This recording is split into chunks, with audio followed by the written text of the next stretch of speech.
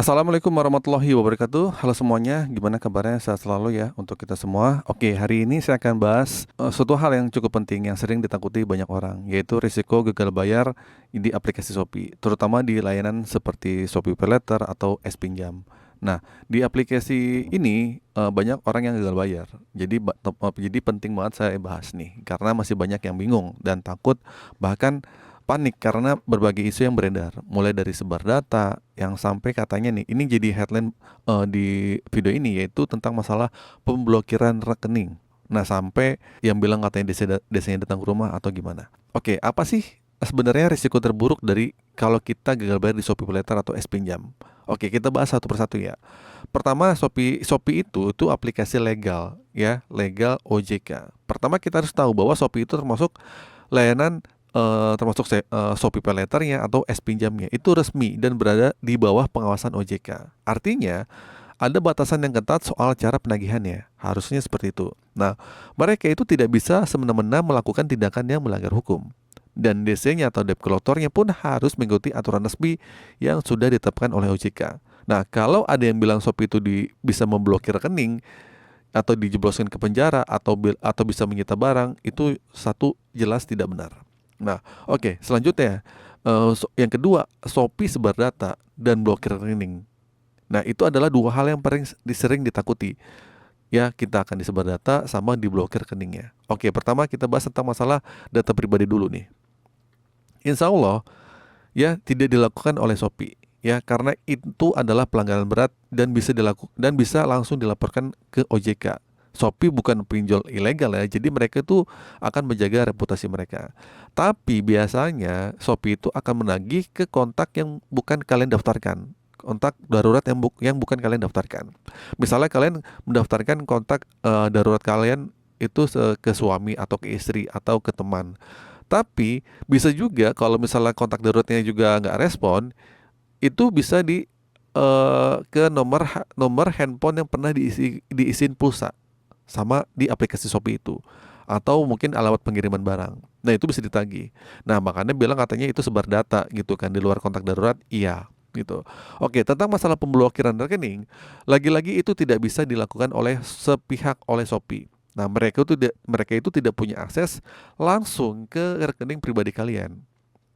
Jadi, yang bisa memblokir rekening hanya pihak berwenang, itu pun lewat proses hukum. Oke, tentang masalah desa lapangan yang datang ke rumah, benar bahwa Shopee itu punya tim penagih lapangan, tapi tidak semua wilayah dijangkau. Biasanya hanya di kota-kota besar seperti Jabodetabek yang memiliki desa lapangan. Kalau di luar kota besar gimana? Kemungkinan kecil atau bahkan tidak ada sama sekali. Dan kalaupun ada desa yang datang, biasanya biasanya tuh mereka tetap sopan ya. Mereka membawa identitas resmi, tidak boleh melakukan ancaman, kekerasan atau merusak barang. Kalau ada pelanggaran bisa langsung kalian laporkan ke Shopee atau ke OJK-nya. Terus tentang masalah dihubungi keluarga, teman atau tetangga. Nah, itu bisa jadi mungkin terjadi yang saya bilang tadi. Biasanya saat mendaftar kita kan memberikan akses ke kontak HP ya, izin gitu. Walaupun sekarang banyak orang yang lebih waspada ya tidak mengizinkan ya. Tapi berdasarkan pengalaman banyak orang, Shopee tidak terlalu agresif menyebar ke seluruh kontak. Seluruh kontak enggak, seperti pinjol ilegal itu enggak. Namun tetap ada kemungkinan kontak darurat itu akan dihubungi atau di luar kontak darurat yang biasanya diisikan yang kalian pernah ngisi pulsa nih.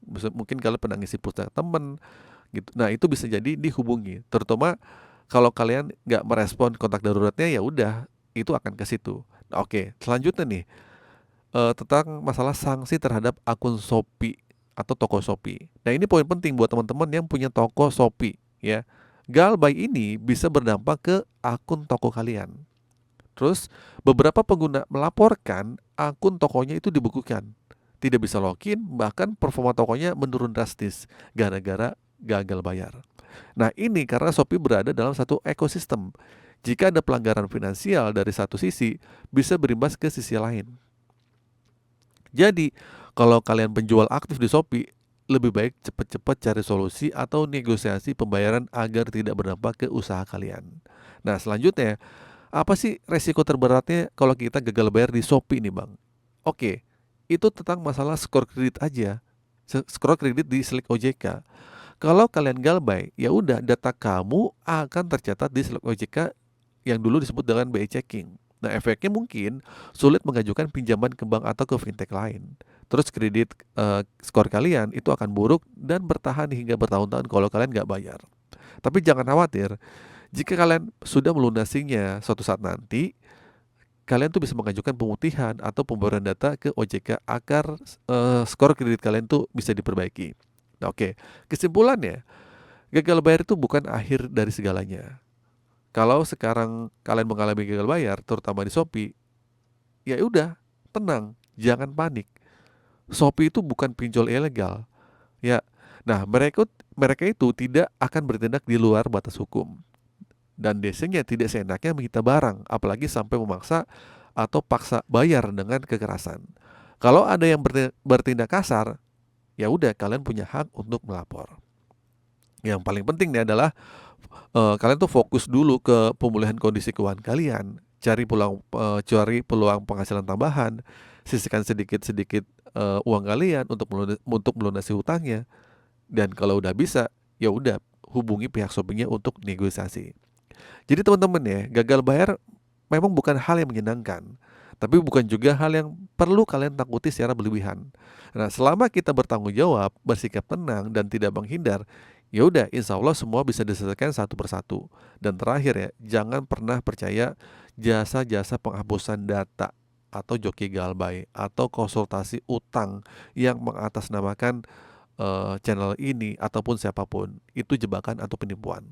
Oke, gitu aja teman-teman. Semoga bermanfaat video ini. Akhir kata dari saya, assalamualaikum warahmatullahi wabarakatuh.